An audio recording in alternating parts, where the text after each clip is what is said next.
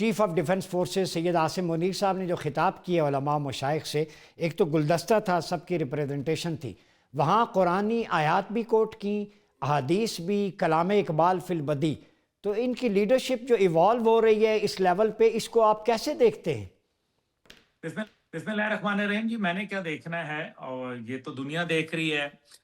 پاکستان کو الحمدللہ جو عزت مل رہی ہے، آپ ڈونلڈ ٹرمپ صاحب کے منہ سے فیلڈ مارشل صاحب کی تعریفیں سن لیں. وہ ان کو بہادر آدمی کہتے ہیں، اور وہ آپ دیکھیں کہ بہادر آدمی انہوں نے کسی کے لیے استعمال نہیں کیا.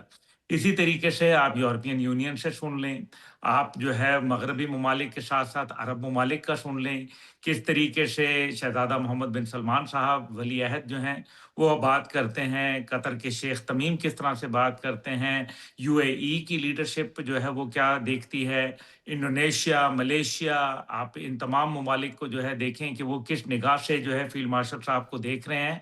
تو بہادروں کی دنیا ہوتی ہے. اصل میں بات یہ ہے کہ یہ کرگس اور شاہین کا جو مقام ہوتا ہے، فضا تو ایک ہی ہوتی ہے لیکن دونوں کے مقام فرق ہوا کرتے ہیں. شاہین کا مقام اور ہوا کرتا ہے. تو مجھے خوشی ہے کہ میرے ملک کے جو آرمی چیف ہیں وہ ایک الحمدللہ ایک بہادر شخص ہیں. اور صرف بہادر ہونا ہی کافی نہیں ہوتا، بلکہ اپنے خوابوں کے اندر رنگ بھرنا بھی ہر بندے کی بس کی بات نہیں ہوتی. دیکھیں نا، یہ موقع جو تھا، جیسے پاک بھارت کا جو ایک واقعہ ہوا، اور الحمدللہ اس میں مارکہ حق میں ہمیں عزت تو سے اللہ تعالیٰ نے ہمکنار کیا. تو یہ موقع تو ماضی کے چیف آف آرمی اسٹاف صاحب کو بھی ملا تھا، لیکن اس ٹائم پہ انہوں نے جو ہے وہ ایک اپنا ایک اور فیصلہ کیا، جو شاید ان کا جو بھی اس کے اندر اپنا کوئی ذہن ہوگا. لیکن بہرحال یہ موقع جب فیلڈ مارشل صاحب کو ملا تو پھر وہ ظاہر ہے 4 سٹار سے 5 سٹار بن گئے، اور اللہ نے عزت بھی دی. دنیا کے اندر بھی ملٹری ڈپلومیسی کی جے جے کار ہونے لگ گئی. بھارت کے اوپر بھی جو ہے وہ دھاک بیٹھ گئی. اپنے ملک کے اندر بھی جو آوازیں اٹھ رہی تھیں ان کو بھی جو ہے وہ منہ کو لگام لگ گئی، اور جو پرستار تھے ان میں اضافہ ہونا شروع جی ہو گیا. تو میں یہ سمجھتا ہوں کہ جو علماء مشائخ کانفرنس کے اندر جس طریقے سے علامہ اقبال، دیکھیں فکر اقبال رحم اللہ کے بعد تو جب تک کہ آپ وہ نہیں لے کے چلیں گے، آپ میں وہ خودی کا فلسفہ جو ہے وہ جنم نہیں لے گا. آپ کے اندر جو اقبال کا شاہین بننے کی جو ایک تڑپ ہے وہ موجود نہیں ہوگی. پھر وہ جو بھی ہے کہ وہ جیسے کہا کہ دنیا کو ہے پھر مارکہ روح و بدن پیش، تہذیب نے پھر اپنے درندوں کو ابھارا. تو اللہ کو ہے پامردی مومن پہ بھروسہ، ابلیس کو یورپ کی مشینوں کا سہارا. اور غیرت ہے بڑی چیز جہاں نے تگدو میں پہناتی ہے درویش کو تاج سر دارا. تو یہ حافظ کو تاج سر دارا اللہ تعالیٰ نے پہنایا ہے، اور میں یہ سمجھتا ہوں ان کی بہادری کے اوپر پہنایا ہے. انہوں نے جس طریقے سے قرآن پاک کی جو ریفرنسز تھے ان کو کوٹ کیا، ایک حافظ قرآن آرمی چیف سے میں سمجھتا ہوں یہی ہمیں امید کی جا سکتی ہے.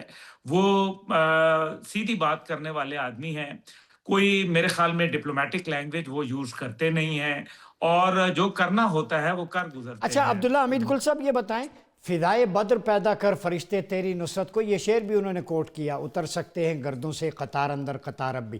پاکستان کو مدارستان بنا دیں، 3 4 مدارس کا انہوں نے حوالہ دیا کہ علم کے، قلم کے فروغ کے لیے آپ فرنٹ لائن سولجرز ہیں، انٹلیکچول سولجرز کی بات ہوئی، مدارس نے بھی خوب سراہا.